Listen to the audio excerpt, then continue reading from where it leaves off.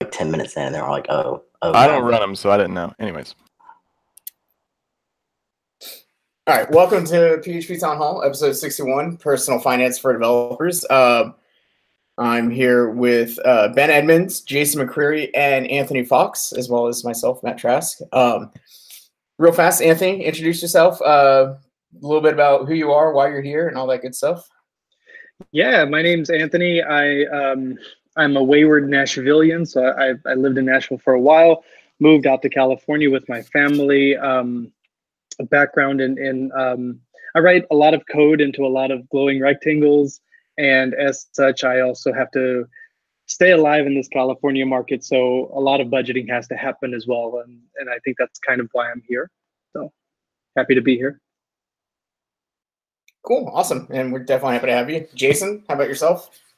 Yeah, Jason McCreary. Go by JMac. Most of you know me as that, so the branding is working. That's good. But yeah, really excited for this particular podcast to kind of be on this podcast because, you know, as I've kind of been sharing lately, you know, personal finance, particularly investing in the stock market, is kind of a second passion of mine, a very close second passion. I've been doing it almost as long as I've been developing. So excited to be talking about this stuff. Cool, awesome, and definitely happy to have you here. Ben, say hi. Hi. And what do you know about investing and all that good stuff? Nothing at all. I'm really good at spending money, though. So am I. Whiskey is expensive, and so is buying parts from Phil. Yeah, he's like selling all his bikes, right? Did you buy his car yet? He is. So it's funny, like, well, it's not really funny. It's actually kind of sad that we're recording this because if you know anything about finances, one of the big giants passed away today, the guy who started Vanguard and the index fund and all that kind of stuff. So a little quick note, you know, as we're all kind of diving into this path, his name will keep popping up and up and up. And so I just wanted to mention that briefly, you know, rest in peace, Jack Bogle, as he moves on to whatever's out there. So we're just going to dive into it. And I kind of want to start opening it up, which is kind of like how everyone got started with financing and investing. You know, I mean, we all have money, we all get paychecks, we all get paid to write code, but how did you learn to be more financially literate? What, like, was there a catalyst, or was it just kind of your upbringing, or natural curiosity, something like that? Start with Anthony, if you want to softball this one first. Yeah. So I got started in, I guess, somewhat of an unfortunate way. I think the whole point of this episode is to speak to a lot of developers that are new to development, and they're making more money than they have, or, you know, what they're used to making, and they want to make the most out of it.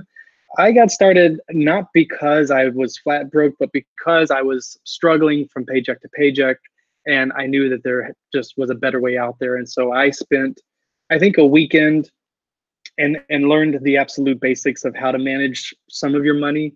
And from there, it sort of snowballed into where I am today, and how budgeting keeps me afloat, and also helps me maximize that money. So it's kind of the opposite side of the base we're talking to a lot today.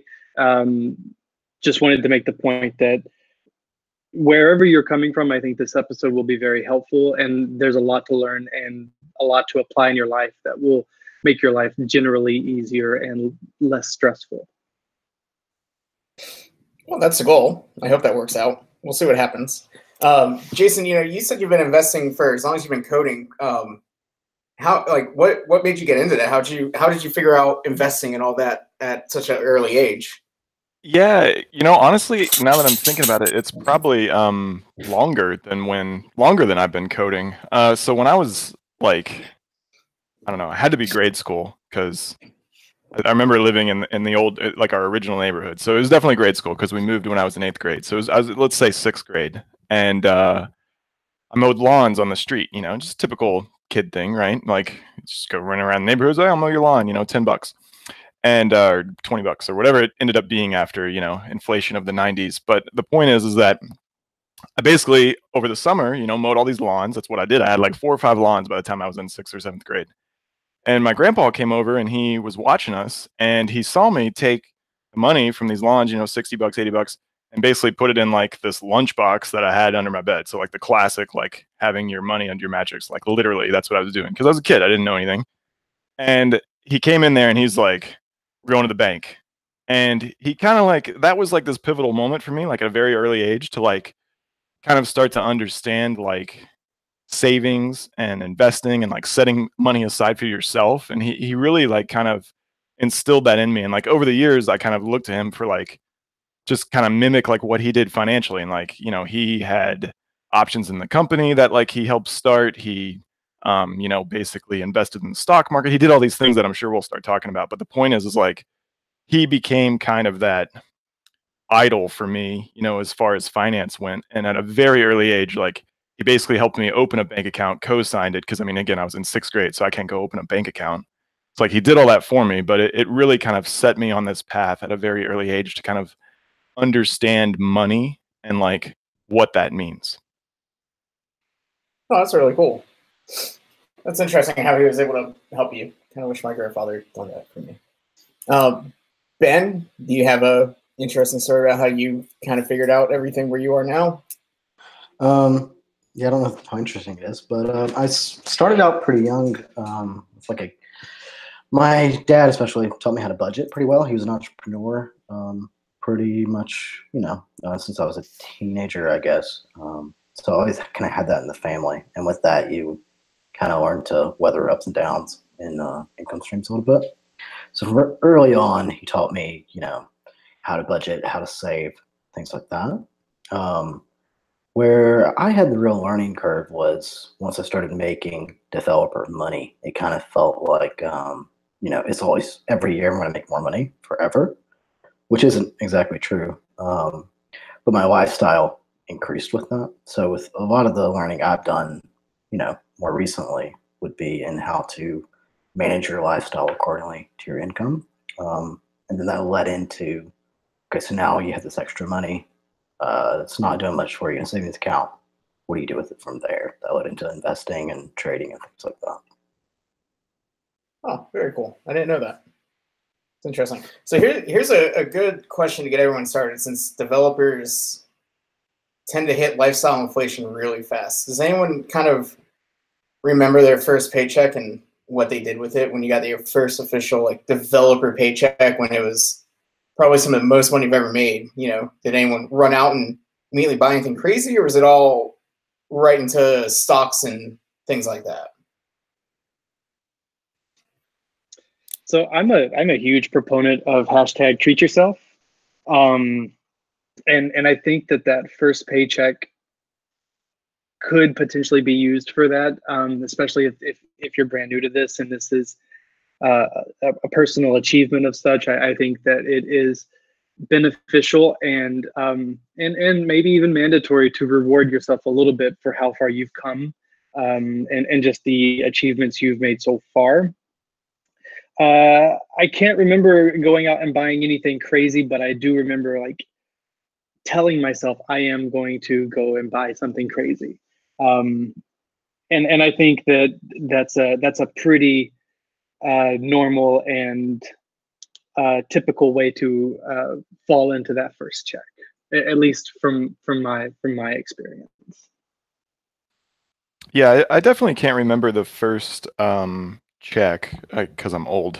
It was probably a while ago. Plus the whole lawn mowing thing. So I mean, who knows what counts as the first check? But it's one of those things where I definitely agree. Like I'm not going to use the word indulge, but I'll definitely go with the treat yourself. Like I think you have to do that. I mean, it's just like anything else in software development. Like you can't sit here and code like 12 hours a day, you know, 5 days a week, you know, for weeks on end. Like you're going to burn out sooner or later.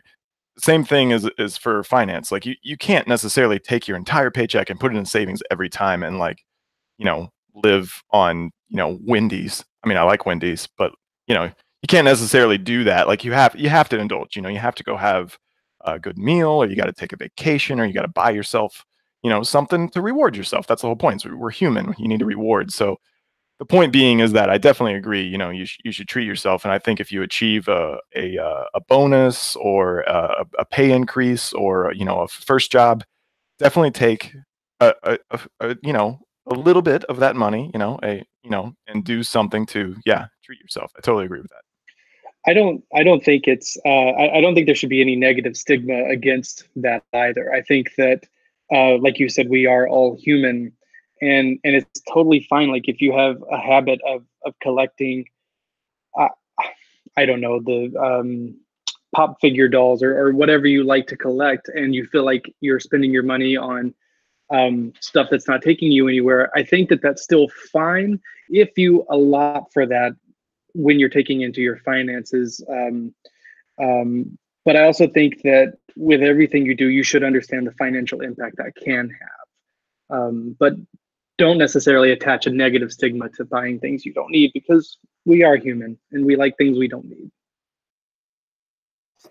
So, I mean, following down that path, I mean, first off, to reward yourself, I got a raise Friday after I thought my boss was going to fire me. Turns out he gave me more money. And so I celebrated with hot chicken, because it's literally the only thing I know how to do. But so, like, if you were mentoring a new developer and they came to you and like, hey, we just got my first paycheck, how would you set them up for success? Like, how would you kind of guide them to like a future where money is not going to be a stress on their shoulders? Yeah, so I mean, I think this kind of goes back to my grandfather, because when we went to the bank, we didn't put everything from that box into the savings account. He left me a little bit, to basically, treat myself, right? I mean, I could go buy whatever toy or video game I wanted at the time. I mean, I was in 6th grade, so like I'm a kid, like I did hard work and I should do something with it. So, and I think it's probably more popularly known, not necessarily from my grandfather, but from Dave Ramsey. I think you have to, basically budget, or I think he uses like literal cash in envelopes. I never really followed his exact practice, but I definitely believe in his like budgeting or bucketing of money that he does. And maybe someone else can speak exactly to his stuff, but of course there's tons of material out there. But the point is like, with your paycheck, there should be a significant portion of that that's set aside to different things, in my opinion. Like you should budget, basically, like,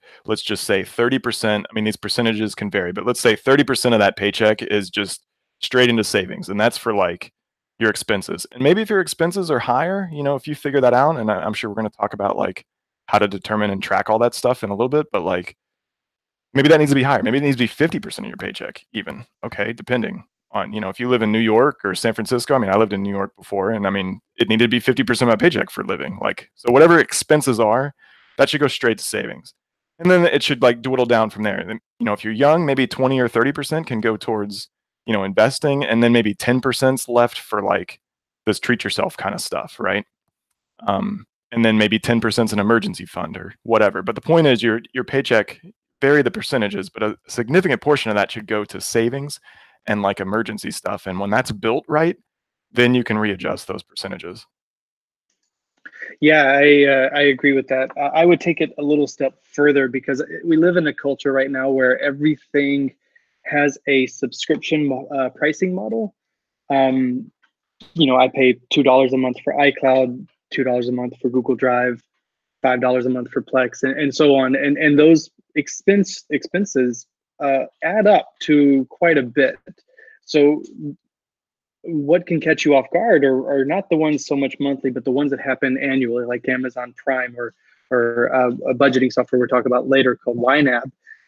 That's like $100, $45. That if you're not planning for this, it comes out of nowhere. So if you have this first paycheck, you can get a really good idea of what your net income is going to be each month, and then you can give every dollar a job, meaning a lot for these monthly expenses first.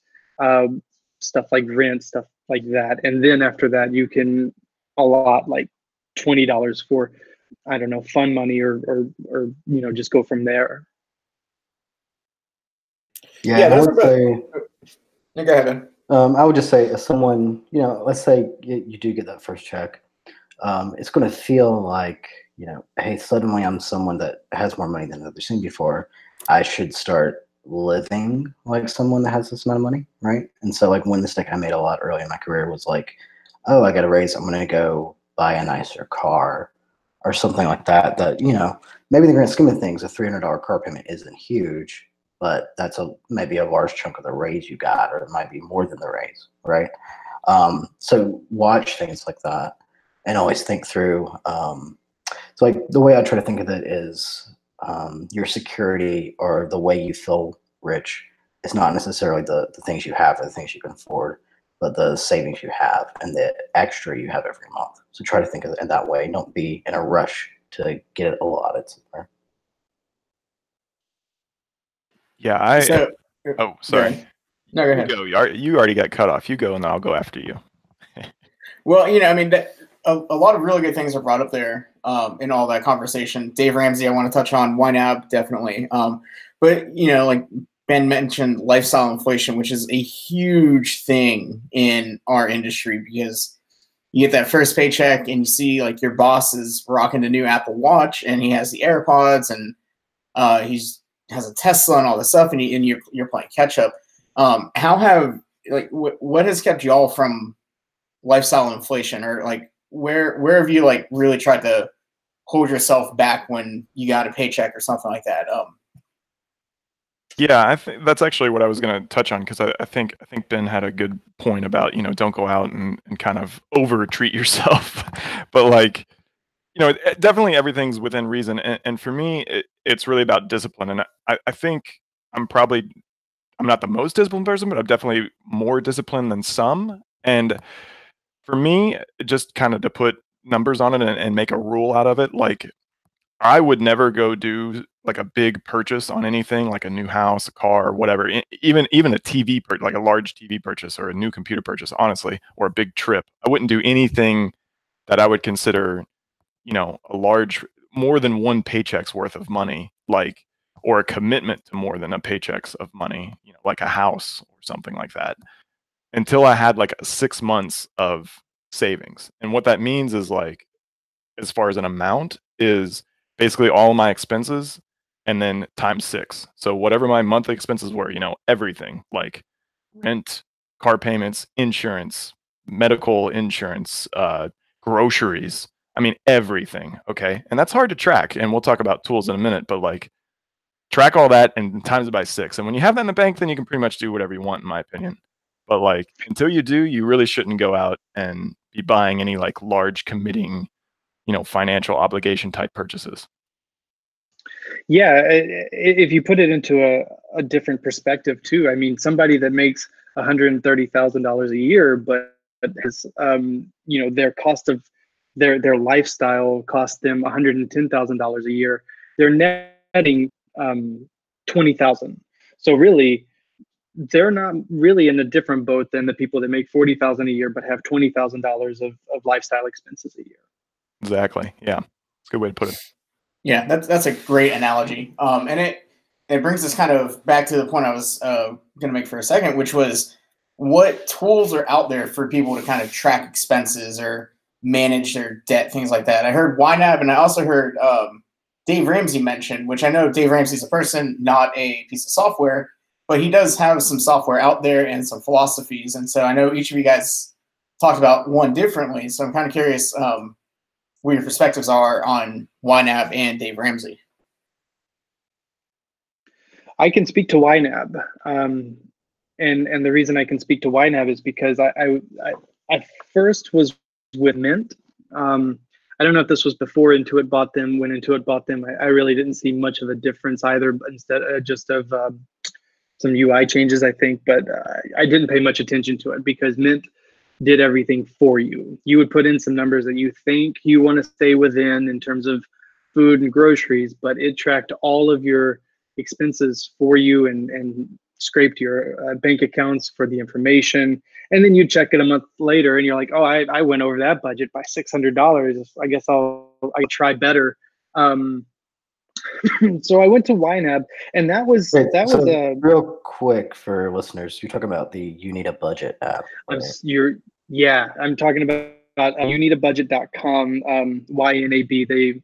They phonetically pronounce it YNAB as a shorter way of saying you need a budget. So 2 syllables down from however many, but still a very long name. So I saw them and I thought, okay, but budgeting software I have to pay for, that seems pretty counterintuitive. Like, why this seems like money I could save.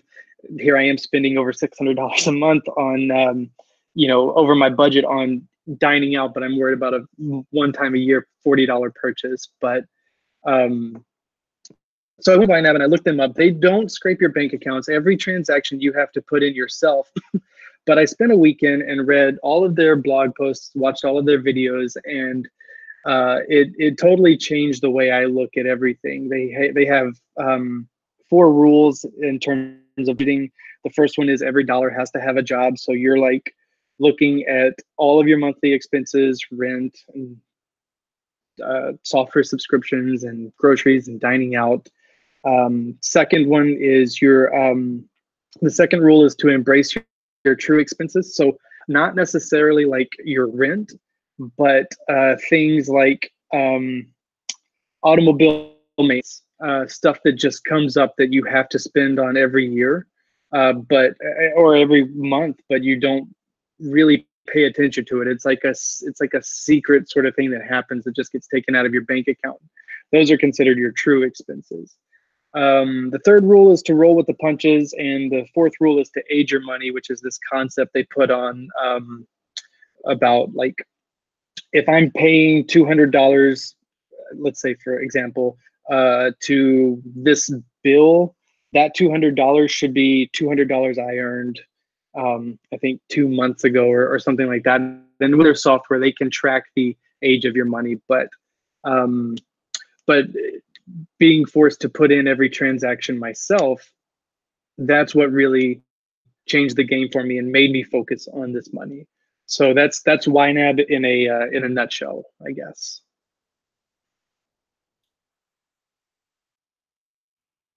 Yeah, so go ahead. I would budgeting is a very important tool for people, especially if you feel like your spending's not in control. If you have a certain sense of dread when you go to check your checking account, or if you run your card and hope it goes through, things like that. I would like to stress though, like there's no one way to do a budget. For years I've tried different apps. I was on Mint for a while, and then pretty much always I end up going back to either just a text file or an Excel spreadsheet, and that's worked better for me. And even then, I don't track every expense. Not necessarily that I'm recommending this. For me, I had buckets, and tracking every expense often for me made me feel very constrained. And then I found myself kind of rebelling against that constraint, I guess, and spending more than I should. So what I try to do is I try to track my savings. So if my savings are hitting the goals I want, it really doesn't matter to me where the rest falls. I can spend double on eating out and half on whatever transportation. But if I'm hitting that savings goal, I don't really care where the rest of the expenses fall as long as they're all covered. Yeah, I think that's a good point. I mean, I think I would definitely agree with that. I actually don't really use anything to track anymore, to be honest. That's not to say I haven't used something. I actually still have a Mint account, and I'm sure it's updating and doing whatever. And I guess the reason I like Mint is probably to get started. That automation is actually kind of nice, because I can just go in and kind of make a few rules and a few budgets, and it really does the tracking for me. But kind of to Anthony's point, like, you have to be proactive in going and kind of taking a look at it. You shouldn't just check in every 3 months. Like, that's not going to help you that way. Like, you have to be active with it. But I think if you let it do its job and you link up your bank accounts, like, that's a really good start to at least give you kind of those numbers that I was talking about before, of like, at least you kind of get a picture of what's outgoing. Like, I think a lot of times people don't understand what's outgoing. Like, I'll just pick on my girlfriend because I'm sure she loves that. When we kind of looked at her expenses, I kind of helped her take a look at it. But like, I always kind of told her, gosh, you got so much for this cycle class and so much for this, yoga class and so much over here, and totally great to like work out and be active. But the problem was, she was very busy with her job and she was traveling more, and she wasn't really using those. And so Mint helped her kind of realize and see that in her own way. Not me harping on her necessarily. Like, it was better just, I think, as individuals, we just kind of have to see it on our own. And so I think Mint did a good job on that. And I don't really keep track with it personally anymore, but it definitely helped me know in my head what I spend. And now, kind of more like Bend, it's like, as long as I'm reaching a certain savings goal, or as long as my savings account doesn't go below kind of that 6-month or now 12-month mark, like I'm okay. Cool. Yeah, Yeah. I'll I throw mean, out a sorry, Matt. I'll get to you real quick. I'll throw out yeah. another quick like No, life go for hack I do with that. So um, I got this idea, I believe, from the book Profit First, but I was already doing something fairly similar. And so the idea is that you have different accounts for different expenses, and then you kind of move money around accordingly, really just to give you like that mental picture. This is coming from this bucket instead of it's all in one place, and then it kind of maybe exists in a spreadsheet somewhere that doesn't feel very real. And for me, what I do a lot is I don't keep much money in my checking. My checking is really just what I expect to spend for the next week or for the bills I have.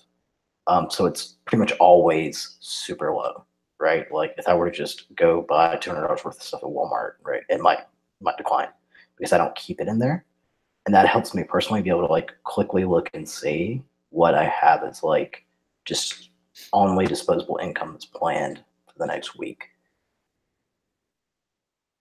All right, go ahead, Matt. Sorry. No, that's interesting. And I remember you talked to me about that when we met up in Atlanta a couple months ago. How you kind of keep it bare, and I know other people like kind of load up their checking account and keep their savings bare, so that way they can pay off bills and all that kind of stuff. But another thing that was mentioned that I was hoping we get to is the 6 to 12 month, as Jason mentioned, emergency fund, and also kind of talk about another concept that I've kind of heard lately, which is we get the not safe for work thing, so the fuck you fund basically. And so I think it's good practice, especially for any developer who's in a startup situation, to have some money set aside. But there's also the concept of having money for emergencies slash things that pop up unexpectedly. Jason, you mentioned 12 months, which seems to be quite longer than the average that you hear. What was the reasoning behind 12 months? Well, I mean, let's be honest, it's a game, right? Like I didn't set up this game, and I don't like that it's money. It's America, everything's about money. It's a societal thing, I guess, is what I'm saying. So like philosophically, it would be great in my mind. Like it would be interesting, anyways. I'd be interested in like something that was trade or resource based. Like that could be very cool, but it's not. The truth is, money is kind of what makes the world go round, right? So like I think to the point though, it's a game. So when I reach level 6, right, like the 6-month savings, I just bump it up. I just keep playing, right? So I bump it up to 12. And if I get to 12, then I bump it up to something else. Or it's like a pyramid, right? Like if you think of like the food, pyramid, the old school kind of thing, right? Like you have, your carbs at a certain level and your proteins and your fruits and your veggies and all that stuff.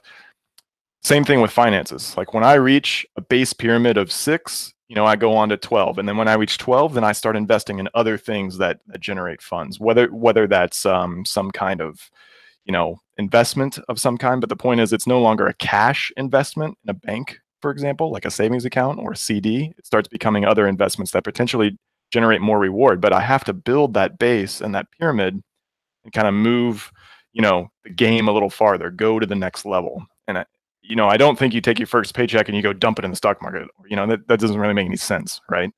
So I don't know. There's a lot to unpack there, but I'll stop for a second. Yeah, so let's cover for a minute for people that maybe have never had an emergency fund. What's kind of the reason for it in general? Because I know a lot of people would be like, well, I mean, why? Like, why have 6 months of expenses in the bank?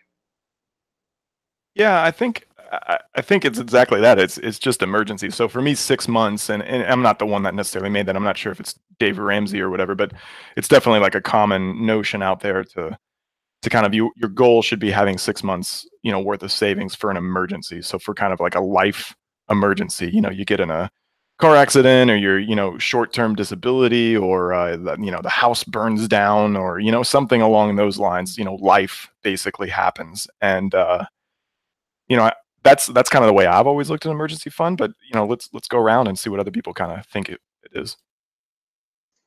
Yeah, I look at an emergency fund. I don't think that there's anything wrong with having an emergency fund X amount of months out. I don't think that that's necessarily the point. I think that the point is to, for an emergency fund, have that peace of mind that if your house burns down, if you get fired from your job, that you can survive at the same comfort level if you want to.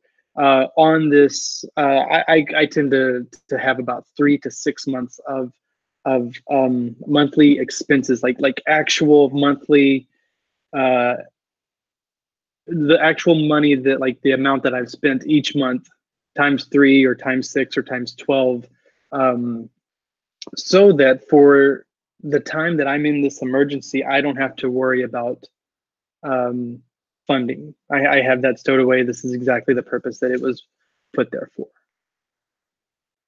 Yeah, and I would just add the like a real thing it gives you is there's this kind of perpetuating cycle where you get one expense that comes up and then you have to maybe borrow from your next check to pay for that through the paycheck to paycheck. So let's say your car breaks down and you need $1,000, you might put that on a credit card, and then you end up paying on that credit card for 6 months.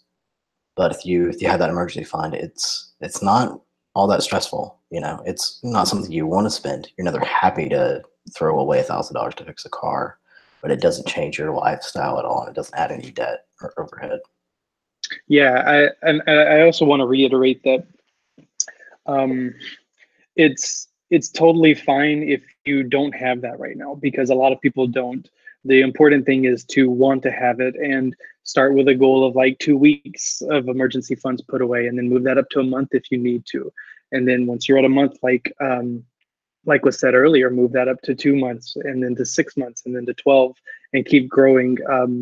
I think that's the reasonable way to approach this, and not just assume that everybody should have this out the gate, because realistically, that's not realistic. Yeah, absolutely not. I think that's a good point. And earlier when I was saying it was a game, I mean it's exactly that. Like, start at the 1 week, mark, and then go to 2, and then go to 3. I guess the point maybe really for me is I will be a little bit strict about 6 months, and the fact that I think that is a legitimate, life will ward off most of what life throws at you if you had 6 months worth of expenses saved up in your bank account.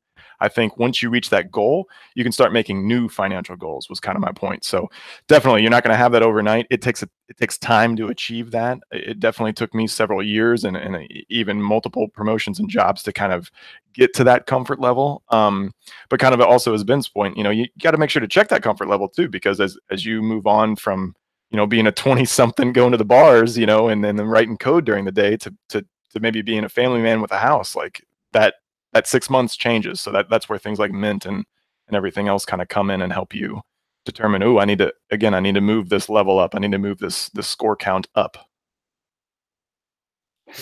Yeah, and I know, like, for me personally, as someone who has anxiety over the fact that I'm deathly afraid that someone's gonna figure out I have no idea what I'm doing during the day, the emergency fund kind of gives me the confidence to keep going back to work in a way, and kind of just being chill about everything. Like, I know what I'm doing. I open and close pull requests all the time. Like, my boss gives me, taps on the shoulder, says good job, all that stuff. But having 6 months of emergency funds set aside basically just says, you can, you can't slack off, but you can also not fear that today is going to be a day that they're just going to fire you or anything like that. It kind of gives you confidence to take risks, fail a little bit more often. The agile startup mentality of taking risks, failing, picking yourself back up, and all that kind of stuff too. On a personal note, with people who have anxiety and things like that, I've noticed that having a fund like that really just keeps things in line. Yeah, there's a certain level of just security it gives you that's almost kind of hard to explain unless you've experienced it. I think it gives you headspace. You don't have to stress out over this thing, and because of that, you can think more clearly about everything else that is happening in your life that need to be addressed. That's a great way of describing it. Yeah, and it gives you that certain, like, not necessarily like risk taking, but you don't have the same level of risk aversion, right? Because you don't have to be so worried about every little check, right?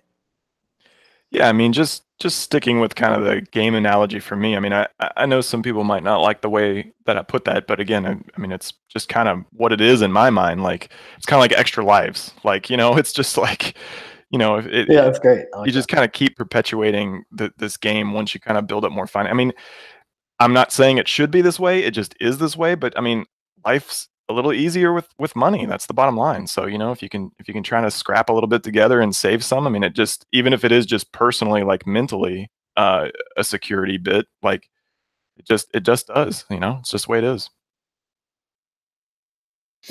Yeah, absolutely. I mean, the peace of mind, like leaving work and knowing that if shit hit the fan tonight, I'm gonna be good for 6 months is definitely something that helps me sleep. So does whiskey, but money does too. But so okay, so I have my emergency fund. I'm good to go. Where should my money be going next? Like I hear 401k at work. We have like an employer match and things like that. I also hear things like index funds being thrown out as a vehicle to making money.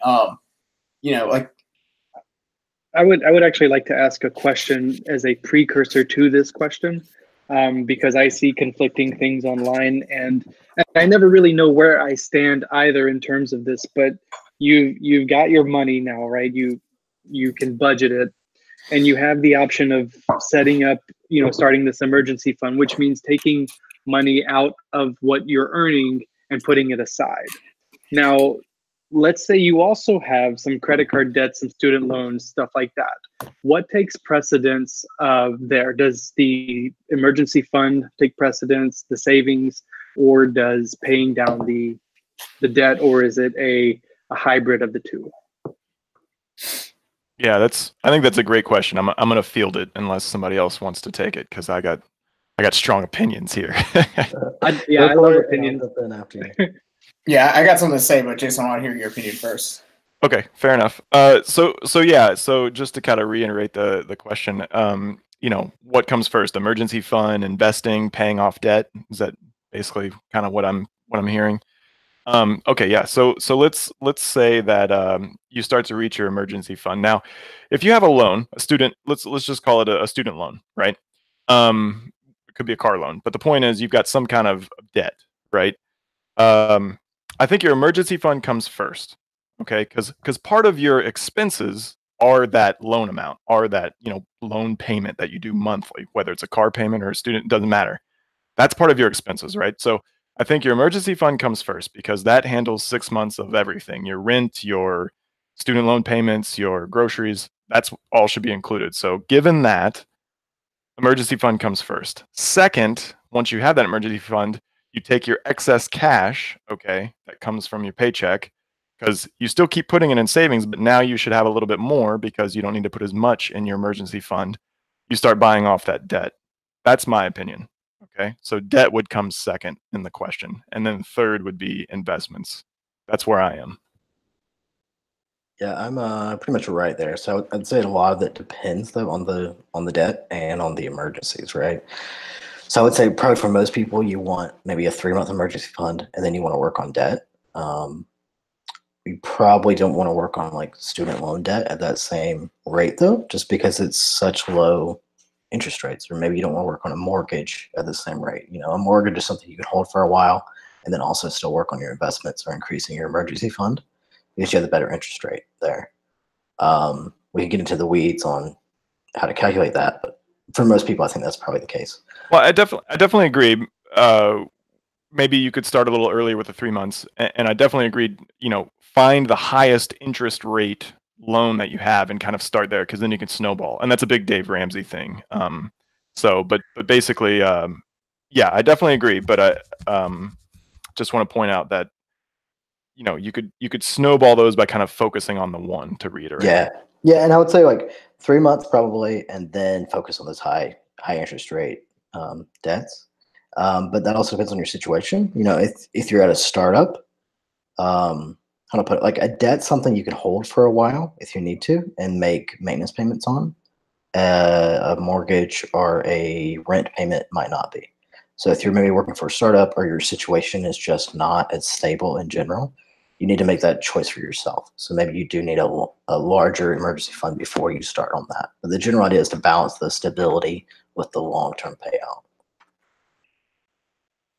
So I'm doing it a little different, actually. I'm kind of following the Dave Ramsey method. His method is stash $1,000 for an emergency fund and then attack all of your debt. Unfortunately, the majority of my debt is credit card debt, or it was. I've since consolidated down to a personal loan. But basically, I've built up the $1,000. I have it easily accessible, and now just about every single dollar I have that is not given a job elsewhere for rent or utilities, things like that, subscriptions, is basically being funneled into a holding account for me to pay off my debt.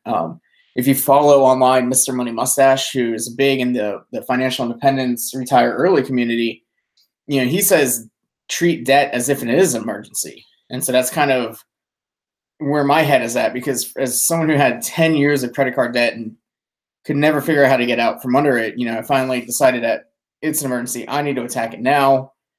And as I've been paying it off, I'm feeling the stress literally lift off of my body, watching these payments actually do work. Now, after that comes building up the longer term emergency fund and then into investments, things like that. But I've actually scaled back my 401k as well. Because I'm still younger, I can kind of get away with it. It's a little bit of a risky gamble, but I've scaled back my 401k and my IRA investments in order to pay off my debt, because I know in both the short and the long term, I get more out of paying my debt first versus investing and hoping the markets calm down.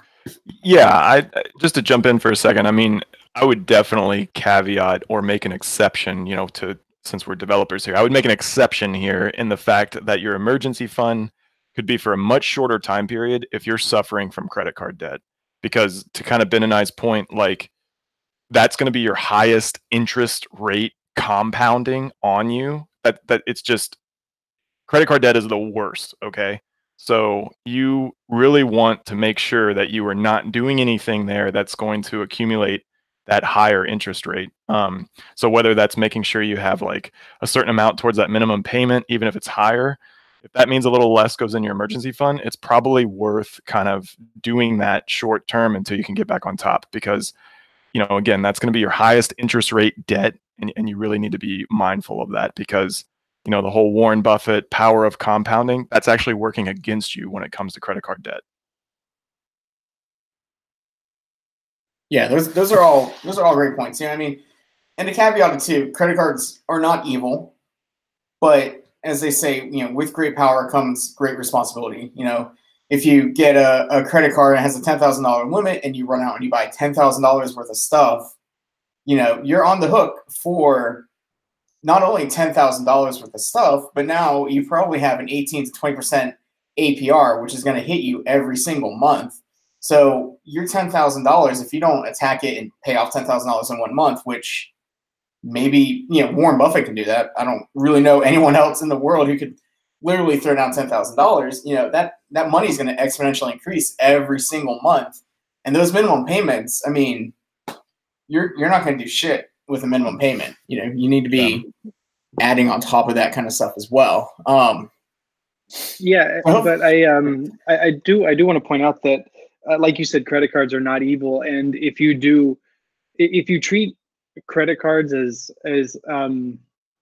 I don't know how to really put this delicately, but like as just a form of paying for something, but not as a form of like money you have to spend, and you know what money you have to spend, and you've budgeted. Say that I've saved up, I've created a fund because I want to buy a new TV, and I've saved up for 6 months, and this TV does cost $10,000, but I have that in my account right now.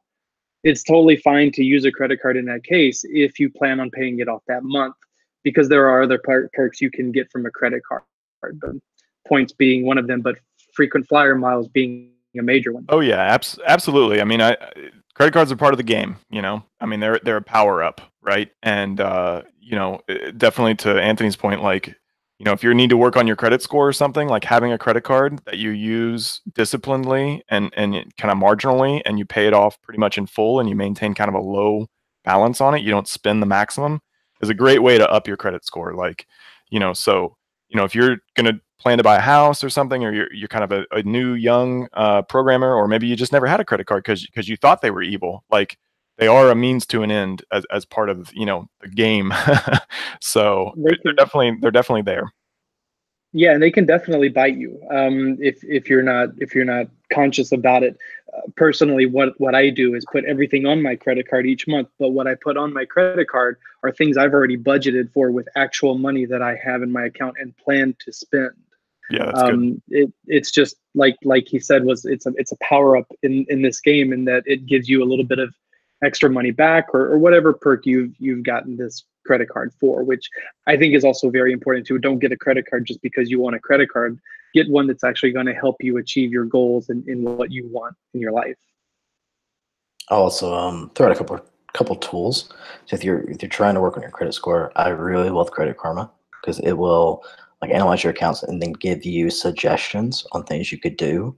And it even has a tool where you can you can estimate. You can say, hey, so if I do this, what does my score go to? If I do this, what does my score go to? It helps you really prioritize, because credit scores in general aren't exactly the most transparent thing if you don't know how they work. And then another tool, Matt, you told me about this one, Debitize. Is that how you say it? Yeah, Debitize. Can you spell that? Debitize,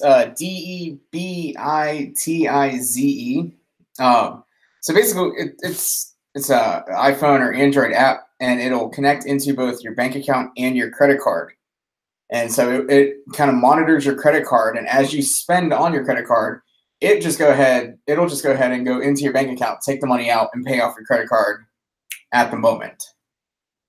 So, full disclosure, if you're someone like me who understands the power of credit cards, but you're also very terrible with credit cards, as I am, this tool has been wonderful in letting me buy things, but then immediately owning the purchase. Like I'm getting into photography, I'm buying a bunch of lenses and things like that kind of jumpstart this hobby. And, I go on Amazon, I buy a new lens, and instead of it sitting on a credit card for a couple days, weeks until I see it or whatever, immediately Debitize attacks it and takes the money out.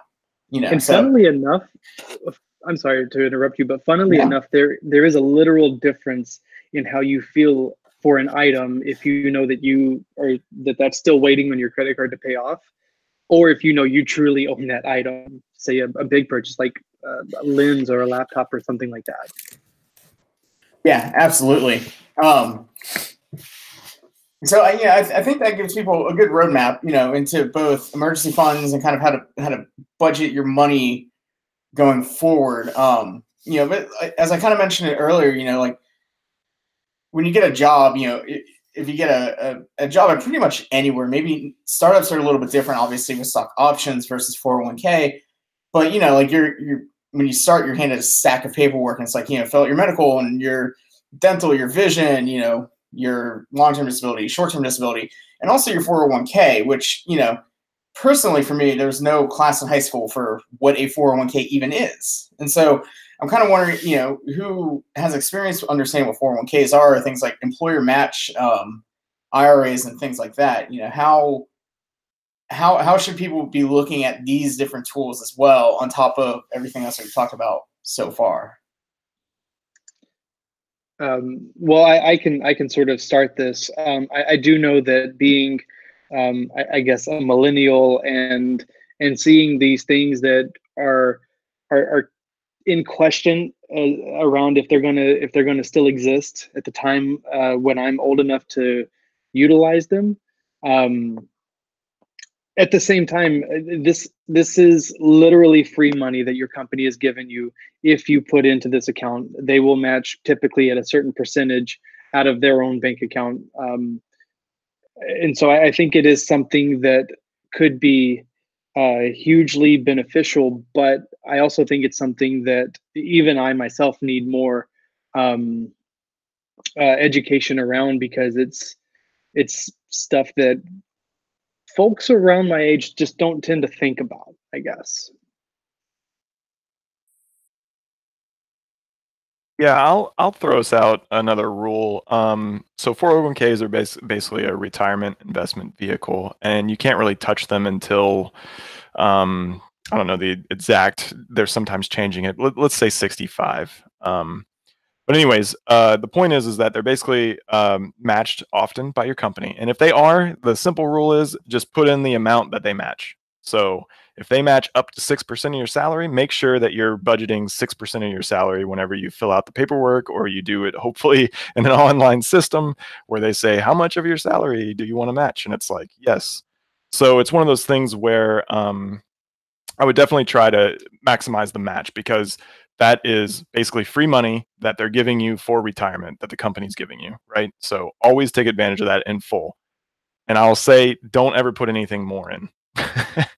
So that might be a bit controversial, but go up to the max and nothing more. Anything else, honestly, in my opinion, can be used better now. And this goes into what they call the time value of money.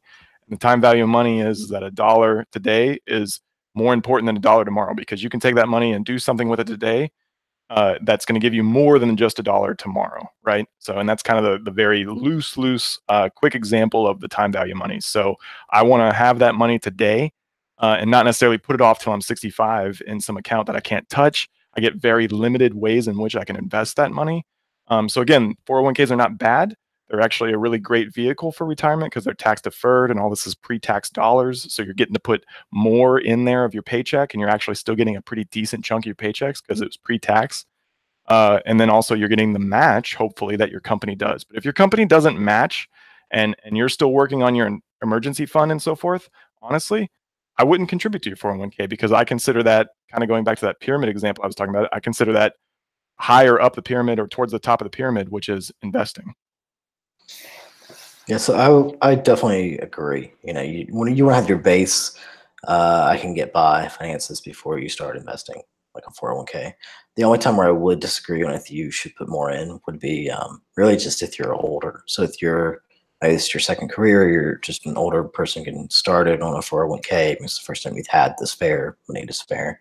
In that case, you might want to put more, but that's something it's definitely worth researching for you to see if that's a good fit. That's fair. That's a good point. I tend not to think about when I'm 60 what I want to do. Will I even make it to 60? I don't know. We'll see. That's a fair point, which is why I don't think about it. Yeah, exactly. I mean, you brought up a good point, Jason. So unfortunately, my company does not offer a match at this very time. They're working on it. So I have I'm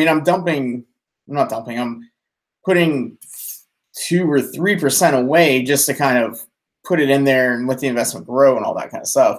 But I've got my investment down in terms of what it could be in order to maximize my money today and do other different things, pay down my debt, or work on an IRA or index funds, things like that as well. So if we skip the 401k, let's say, but we do want to invest, what are other options out there for developers to get the most for their money, make their money work for them? Yeah, I mean, I think where I probably started the natural evolution, and this was a while back, you really probably can't start here anymore, but back in, like, let's say late 90s, 2000s, right? I had this bank account, my lawn mowing money, and then my money from working at small jobs, as a teenager. But the point is, I progressed the savings account to a point where I had no expenses. I lived at home. I was a kid. My parents still made my meals, like, other than, maybe a movie every now and then. I literally had no expenses. So $0 out. So everything was savings. So I went on to a CD, which is basically a bank offers you, a certain percentage to hold your money, lock it in for a certain amount of time, and they basically give you money back on that. Now, back in the 90s and late 90s and early 2000s, this was actually like a decent percentage. This was actually like 3 or 4%. Like it was good money, right? It was way better than just letting it sit in a savings account or a checking account, worse, which you actually don't get any interest on. So I want to have my money do something for me. Again, kind of that time value of money. So I want a vehicle that initially has limited risk, like a CD. Like, again, The bank's offering you this. It's not putting it out there in anything risky. It's just saying, hey, if you let us keep this on the books for 6 months or a year, we're going to give you back this certain percentage on it. And, if you take it out early, you still have access to it, but you just don't get the percentage. So it's actually a zero risk scenario, right? But it's one of those things where I think that's your initial level is a really low risk, but a decent reward kind of payout thing. And CDs, again, used to probably be the way for that. There might be different vehicles for that now, but that would probably be your entry. Cool. Yeah. So, I mean, how is it possible to time the market though? Is it possible to know when to buy and sell different stocks and things like that, or is it better to find kind of a let it ride type strategy and just weather the storm that, if you've been paying attention to market over the past 2 years, honestly, the market has gone up, down, left, right, every other way possible, and people get panicky, people worry about these kinds of things. And so, in your experience or in anyone's experience, is it possible to even try and time the market, or is it possible to control your emotions and just ride the surf until you hit the shore, so to speak?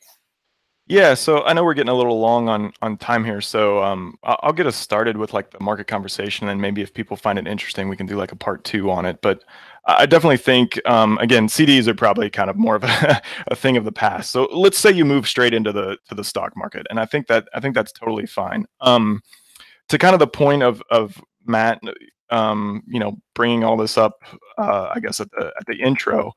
The guy who passed away today, Jack Bogle, basically was kind of the inventor of the index fund, basically. So we kind of mentioned him in the intro, and he actually passed away today. But he kind of wrote about this as his college thesis, and then he pushed it into the market in the 80s and 90s, and then he eventually went on to start a company called Vanguard. And Vanguard actually is one of the large kind of now index and mutual funds. But they were one of the first to create.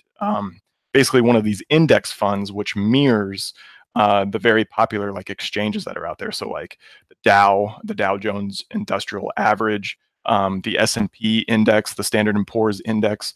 And they basically are vehicles where they group together a large amount of stocks and they basically try to mimic the performance of the overall market. So that's basically what an index is in a super layman's kind of nutshell. I would start with one of those.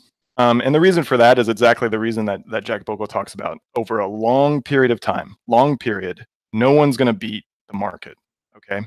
So maybe in a year, if you're good, or 2 years in a row, or 5 years in a row, but as basically you, increase time, right? As you go farther out in time, your chances and probabilities as an individual of beating the market basically go to zero.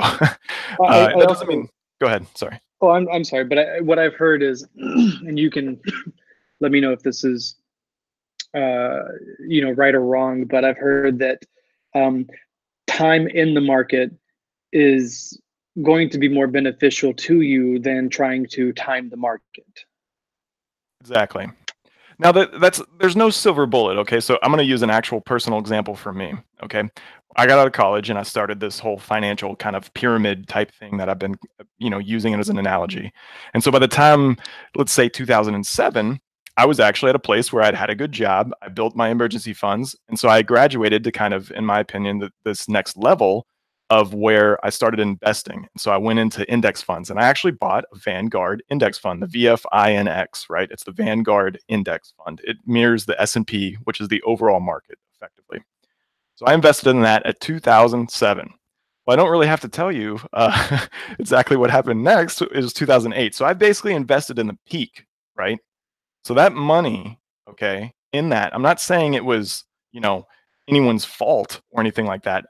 But it goes back to kind of what we're saying, right? It's all timing, right? It wasn't my fault. It doesn't mean investing was bad, so to speak. That's what I meant by fault, but it just meant timing's, difficult, right? You're never really going to time things right. And in my case, I timed it in the absolute worst way. Okay.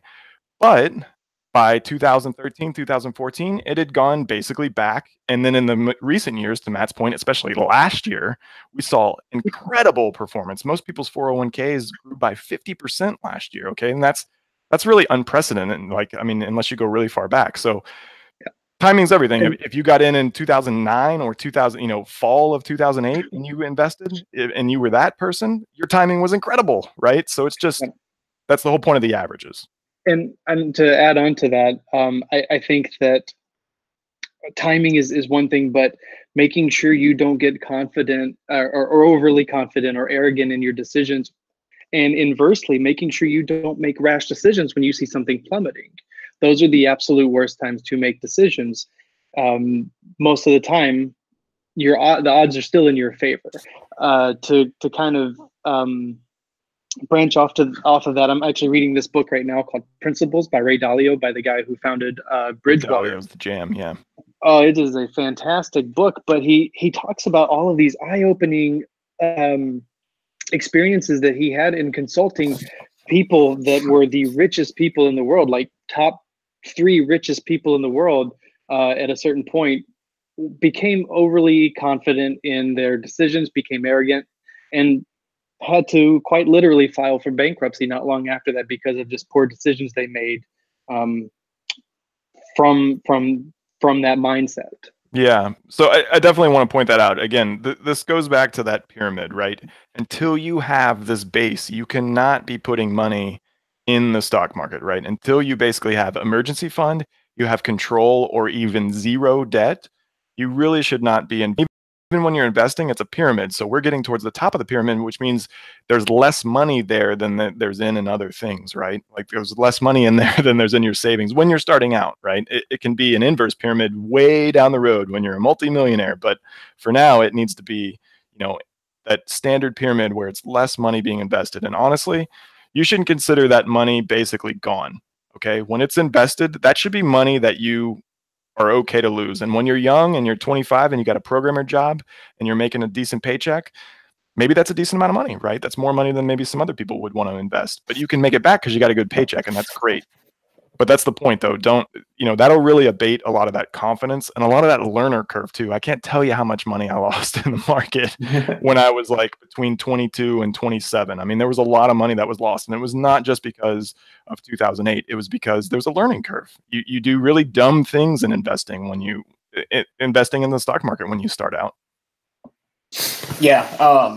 I'm reading a book right now by a guy named J.L. Collins called The Simple Path to Wealth, and he documents all of the mistakes he made up until he got smart about investing and moved strictly to index funds. And now he's retired at the early age of 50 something, doing anything he wants to do, basically. But I think that unfortunately brings us to an end to this. But I think what we're going to do is we're going to actually line this up for part 2, where we dive deeper into investing. And we also had a few other topics that we didn't really get a chance to talk to or about this time, but I mean, this is an amazing conversation. And I thought we touched on a lot of great things, and I think a lot of people are going to learn a lot of awesome things. So, real fast, I'll give everyone like one last thing they want to say, and then we will go ahead and get planning on part 2. So, whoever wants to start. Yeah, I was just going to say, I'm super interested in definitely the stock market investing, so I'm glad to go, broad or deep on these topics. So please hit me up on Twitter or send your questions to Matt for this part 2, and just give us some more topics to cover. Let us know if this is something that's interesting or not. I mean, like I said, I love finance. I think I'm at a point in my life now where I can focus more on those investments. So I'm glad to kind of go back and talk about some of those earlier stages or more stories of my own if you want. So yeah, just let us know on Twitter. Yeah, definitely. And I'm pretty green to all of it, but I would definitely like to go a little more in depth into investing and explain the differences. Not me explain them, because you wouldn't learn much, but maybe have somebody else explain the differences between just your available options out there, like index funds, your entry points. What are options and why might they be beneficial?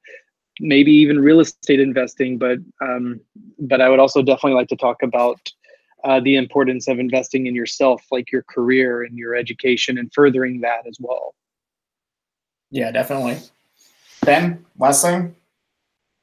Yeah, just thank you both for coming on. It's been a really fun convo. I think it's flowed pretty smooth, and I hope it helps a lot of people. I wish I would have had a resource for a lot of this when I was earlier in my career. So I feel like I wasted a lot of years kind of keeping up with the Joneses instead of really investing in myself. Same. Definitely. We'll talk about that in part 2. Be on the lookout for that. We're going to get it set up, and I'll see you soon. Have a good night, everyone. Thanks.